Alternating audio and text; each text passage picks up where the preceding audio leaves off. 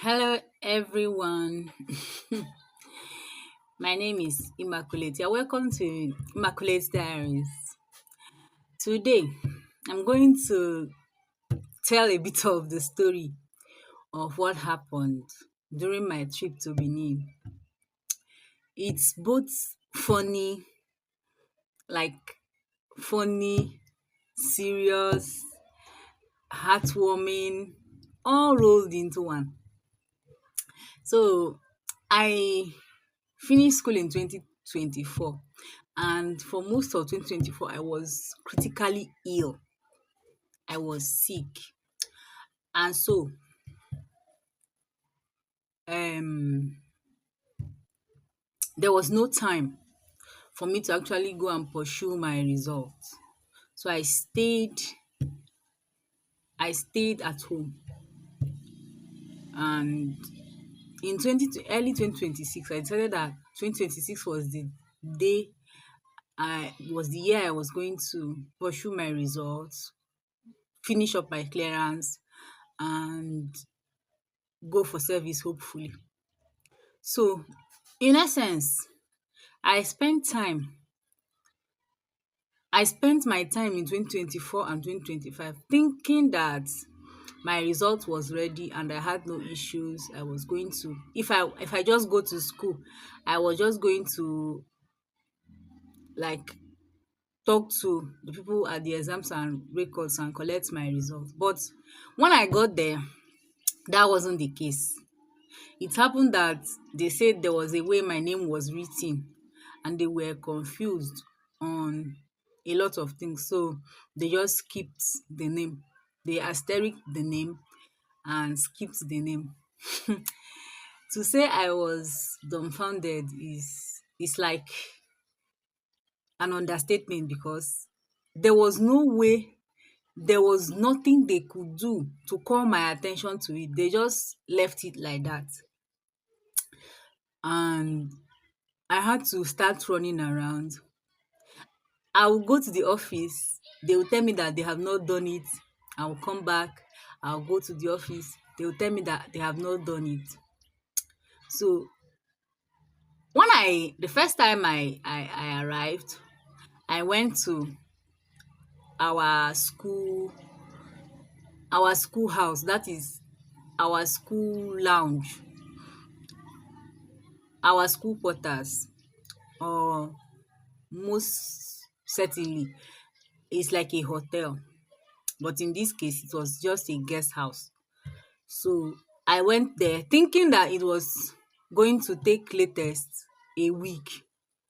But after spending a few days, I discovered that it wasn't just a simple visit.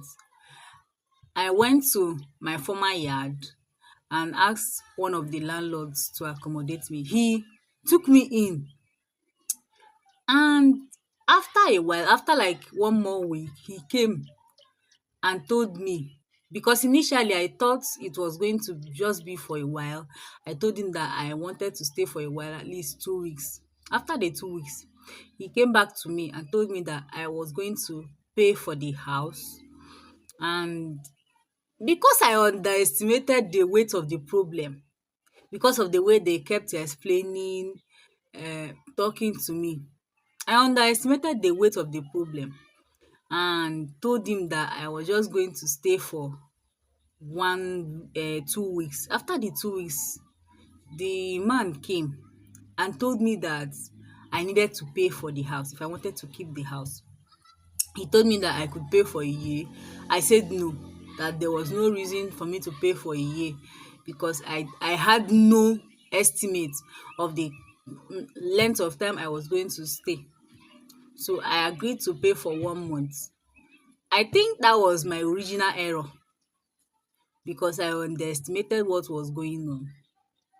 I would have, if I could take back the hands of time now, I would have paid for 2 months at least, or 3 months. So what he did in essence was to double the rent to allow me pay for 1 month. And so I paid. After paying, I stayed now. I kept going back and forth, going back and forth, going back and forth. They will tell me that they have not done it oh, that they have not done it oh, that they have not done it oh, that I should wait, that they have not done it. They will say all this without giving me a time frame of when I was going to get the result. And so suddenly that 1 month I paid for elapsed, and immediately it elapsed, the man just came.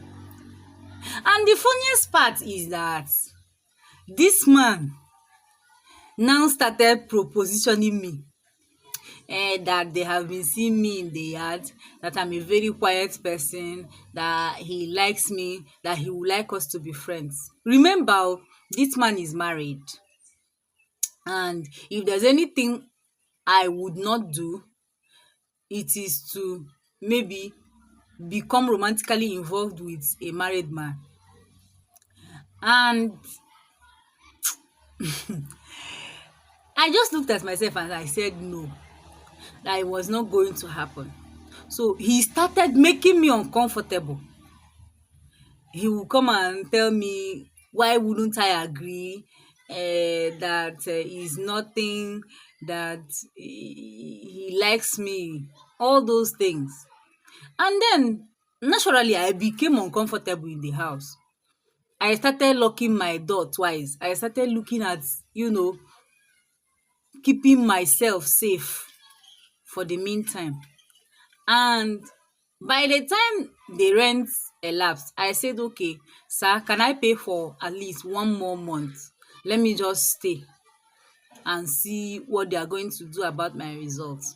This man said no. Suddenly, all the love and likeness, let me call it likeness, that he had professed suddenly became hatred. He didn't want me in the house again. He wanted me to go. He started like harassing me somehow and saying that I should go. That one day, on one Sunday, he just came and said that I should go. That if he meets me here again, he's going to throw my things away. I say, sir, but this is surprising. Oh. The same you who has been professing love to me, telling me that if I agree for you to date me, you would practically give me the house for free. Now, all of a sudden, this love, this kindness that you were ready to show me before, it has suddenly turned to hatred. He flared up and said, why will I say that? That I should leave the house. I said, okay. I carried my bag. I went to the resort again and started staying. I remembered I had my friend um also in Benin. So I called her and she asked me to come and stay. I carried my bag and went there, and that was like the best 2 weeks I ever spent in Benin. She had almost every amenity in her house. So all I did was sleep, eat, wash plates sometimes, keep her company, laugh. She was even angry that I wasn't really coming out as much as she would have expected me to. I enjoyed myself. And by the end of the 2 weeks, I said no, that I was going to go home since there's no headway. And now I came home, and barely a week later, they are calling me and telling me that my result is ready, that I should come and collect it. I told the woman, no, I have gone home. There's nothing I can do. I have to rest. When I rest small, I will come and finish up the clearance. So it was really a great experience. And then somebody wanted to scam me, but God pass am. God pass am. I conquered because of my contented spirit and the grace of God upon my life. I practiced a lot of contentment and restraint, and that was how I was able to get through. But in on the whole, I still thank God because the result is ready, everything is done now. So the next time I'm probably gonna go there, I'll collect it, finish up my clearance, and have an idea of when I'm going to serve. So I'll be happier now. There's nothing much left for me to do. I will be happier. I will just focus on my life, probably find a small job that can keep me company, and focus on my ministry as well. Thank you very much.